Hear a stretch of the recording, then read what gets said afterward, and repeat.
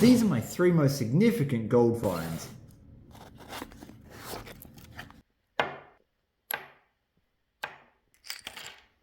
Gold in my area is typically very fine and I have to use sluice boxes and pans to extract it from the creeks and rivers.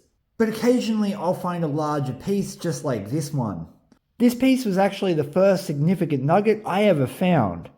I found it panning deep inside a crevice up high on a bedrock shelf, literally where everyone else had told me not to look.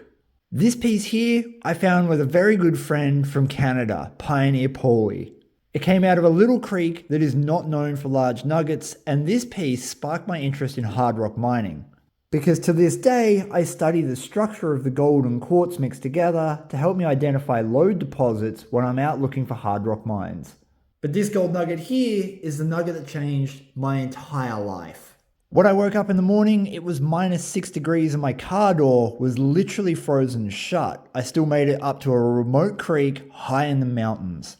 I'd been working a hole that was giving me inconsistent chunky gold, and I was almost at the bottom. The day previous, I had managed to get a nice metal detecting signal out of my hole, and I thought it was just a nail and I'd left it there. But in typical fashion, the next day I went back and got that signal out of the hole, and this is what popped out in my pan.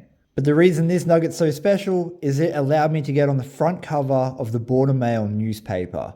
And I used that opportunity not to talk about my gold prospecting, but instead my recovery from post-traumatic stress disorder. Because not all the value of gold is locked up in money.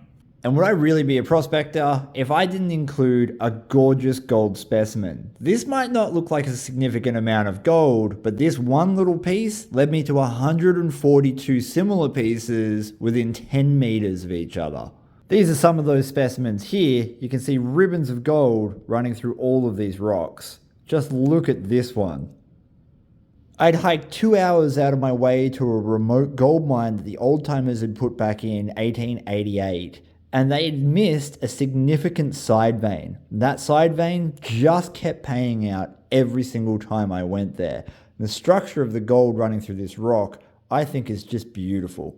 And lastly, I have these 2 rather innocuous looking jars with a very small amount of gold in each. On the left, we have gold that I dug out of a creek in New Zealand, and on the right, I have gold that I dug out of a creek in Canada. I got to spend 3 weeks in Canada, out on a remote gold prospecting claim with Pioneer Paulie, and I had the ability to go there and do some panning on one of his claims. And in the other jar, we have gold from New Zealand's Central Highlands, where I got to spend a whole week filming a TV show with Rex and Darren from Abyss Dredging. On my off time, I got to take a pan out to their unique claim to dig out some more gold.